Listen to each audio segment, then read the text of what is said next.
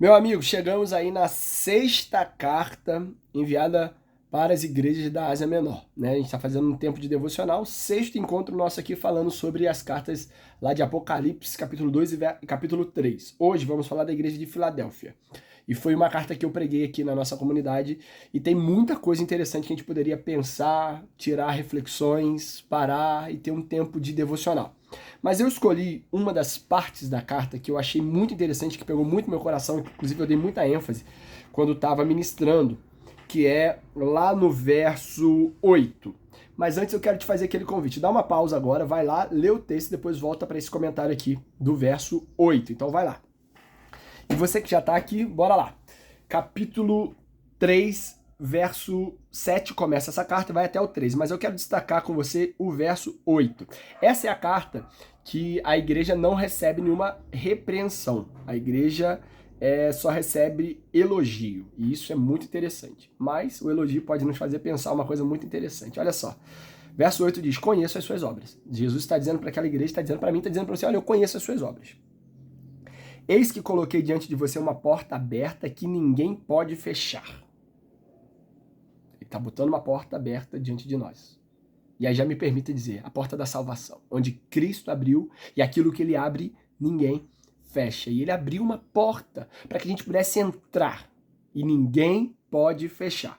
E aí ele continua depois dessa frase, que é o que me chama muita atenção e que essa conexão pegou a minha mente, meu coração, me fez entender e maravilhar-me com a palavra de Deus e com a mensagem.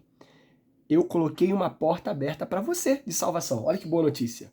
E aí ele continua dizendo assim depois do ponto: sei que você tem pouca força.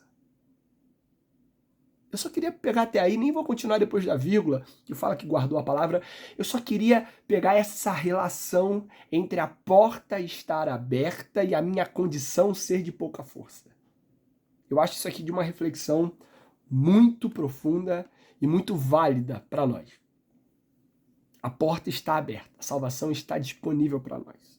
Mas está disponível para quem? Para quem que ele está dizendo aqui isso? Para quem é forte, para quem se posiciona, para quem faz, para quem é... Não.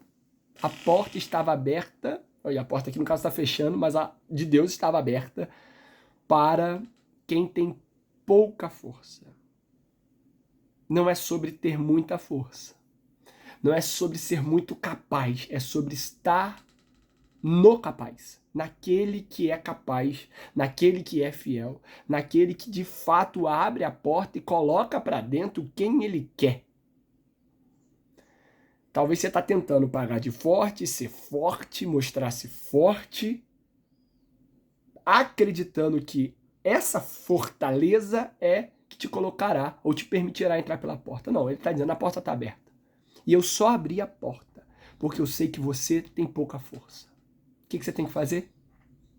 Guarde-se, esconda-se, fique debaixo daquele que é forte e que tem o poder para abrir a porta e que abriu a porta para você, a porta de salvação. Volte para Jesus, adore a Jesus, se agarre a Jesus e fique coberto pelo sangue de Jesus. Esse é o meu tempo, é a minha inspiração, é o que eu tenho para compartilhar para que você possa agora ter um tempo de oração aí na sua casa, onde você estiver, com Deus, agarrando-se, maravilhando-se com aquele que abriu a porta para nós. Arrependa-se, confesse, reconheça, maravilhe-se, adore aquele que abriu a porta da salvação para nós, Jesus Cristo. Que Deus te abençoe.